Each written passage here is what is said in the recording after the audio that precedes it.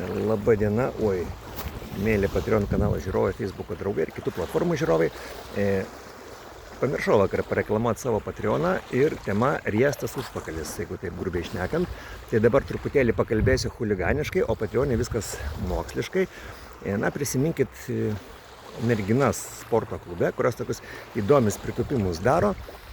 Su tokiais labai įdomiais treningais, spalvingais į užpakalį sulindusiais.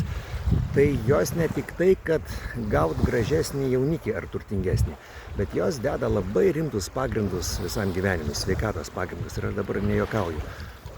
Ne tik tai, kad vyrai jas taip žiūri, nes galvą pasukti bijo, ar moteris žiūri piktom akim, jeigu dar nėra pasiekę optimalios sėdmenų formos jų supratimu.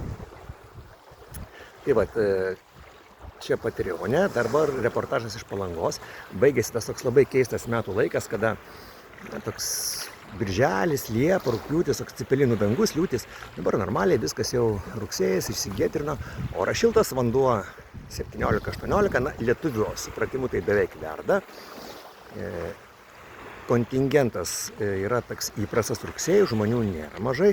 Dviem žodžiais sudė mėnesinės, reiškia vyrai ir moteris, kurių mėnesinės jau nebevargina. Daugiausiai vyrai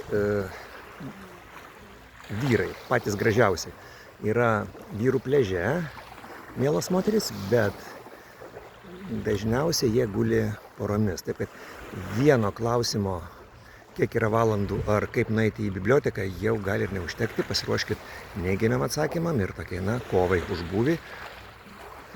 Ir ką laukia jūsų Palangoje. Patreone uždavinėkit klausimus, atsakinėsiu visom temam, ne tik tai apie raumenyną ir riestą užpakalį, bet ir